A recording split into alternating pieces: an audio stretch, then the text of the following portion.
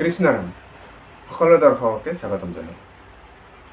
গ্ৰীষ্মকালত প্ৰচণ্ড উত্তাপত শৰীৰ শীতল কৰি ৰাখিব পৰা 10বিধ খুবেই উপকাৰী ফলৰ বিষয়ে আজি মোৰ ভিডিঅ'টিত অৱগত কৰিম। গতিকে বলক ভিডিঅ'টো আৰম্ভ কৰোঁ। 6টা ঋতুৰ ভিতৰত খুবেই অসহ্যকৰ ঋতু হ'ল এই গ্ৰীষ্ম ঋতু। এই গ্ৰীষ্ম ঋতুৰ সময়ত সূৰ্যৰ প্ৰচণ্ড উত্তাপে মানুহক জ্বলা-কলা খুৱাই অশান্ত আৰু ভাগৰুৱা কৰি তোলে। এই প্ৰচণ্ড উত্তাপ প্ৰশমিত কৰি তোলাৰ ক্ষেত্ৰত ফল মূলৰ অৱদান অন্যতম।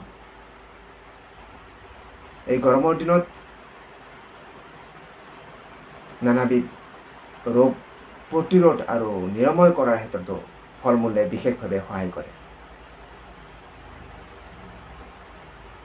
নানাবিধ উপাদানেৰে ভৰপূৰ তেনে কেইবিধমান ফল মূলৰ ভিতৰত 1 নম্বৰতে ডাব নাৰিকলৰ কথাই ক'ব পাৰি। শৰীৰ শীতল কৰি ৰখাৰ ক্ষেত্ৰত ডাব নাৰিকলৰ পানী মহৌষধ স্বৰূপ। ডাব নাৰিকলৰ এগিলাচ পানীয়ে শৰীৰৰ প্ৰচণ্ড উত্তাপ নিমিষতে নোহোৱা কৰিব পাৰে। ডায়েৰিয়া আৰু যকৃতৰ বাবেও ডাব নাৰিকলৰ পানী খুবেই উপকাৰী। 2 নম্বৰতে নেমু টেঙা। গৰমৰ দিনত খুবেই উপকাৰী ফল নেমুৱে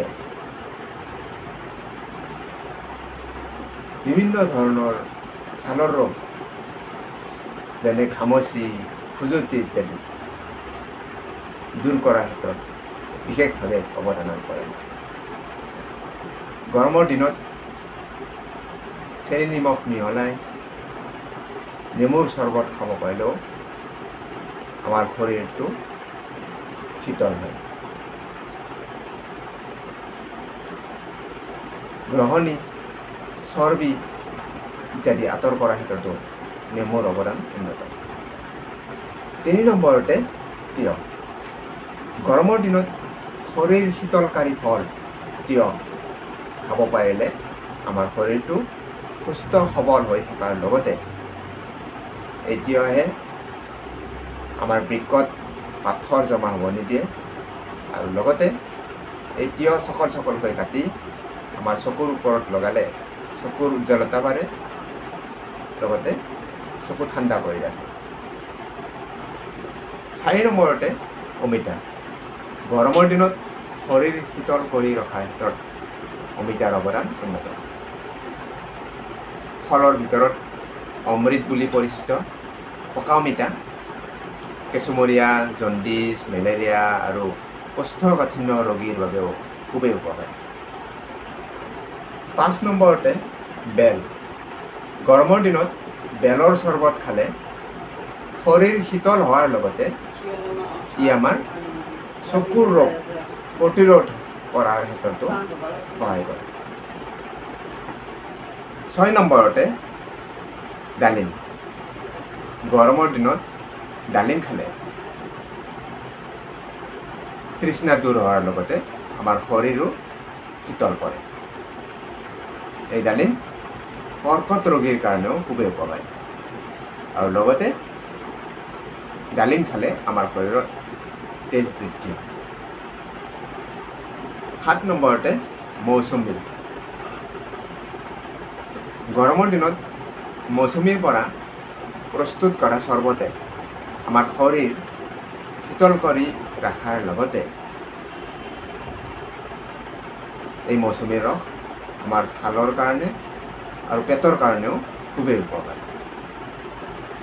8 নম্বৰতে মাটিকঁঠাল। গৰমৰ দিনত ৰসেৰে ভৰপূৰ পকা মাটিকঁঠাল খালে তৃষ্ণা নিবাৰণৰ লগতে আমাৰ শৰীৰ শীতল হয়। ই আমাৰ দৃষ্টিশক্তিও বৃদ্ধি কৰে, লগতে আমাৰ প্ৰস্ৰাৱ পৰিষ্কাৰ কৰাৰ ক্ষেত্ৰতো সহায় কৰে। 9 নম্বৰতে পকা আম। গৰমৰ দিনত ফলৰ ৰজা বুলি পৰিচিত পকা আম খালে আমাৰ শৰীৰ শীতল হয় আৰু লগতে আমাৰ শৰীৰত প্ৰচুৰ বল শক্তি বৃদ্ধি হয়। 10 নম্বৰতে তৰমুজ। গৰমৰ দিনত শৰীৰ শীতল কৰি ৰখাৰ ক্ষেত্ৰত বিশেষভাৱে অৱদান আগবঢ়ায় তৰমুজে। এই তৰমুজ কেঞ্চাৰ ৰোগ প্ৰতিৰোধী আৰু লগতে এই তৰমুজ খালে আমাৰ শৰীৰত লোহিত ৰক্তকণিকা বৃদ্ধি হয় আৰু আমাৰ চকুৰ নানাবিধ ৰোগ আঁতৰ কৰিব পাৰে। আজিৰ ভিডিঅ'টো ইমানতে সামৰিছোঁ। যদি ভিডিঅ'টো ভাল পালে সকলোৱে শ্বেয়াৰ আৰু ছাবস্ক্ৰাইব কৰিবলৈ একেবাৰেই পাহৰিব। কৃষ্ণ।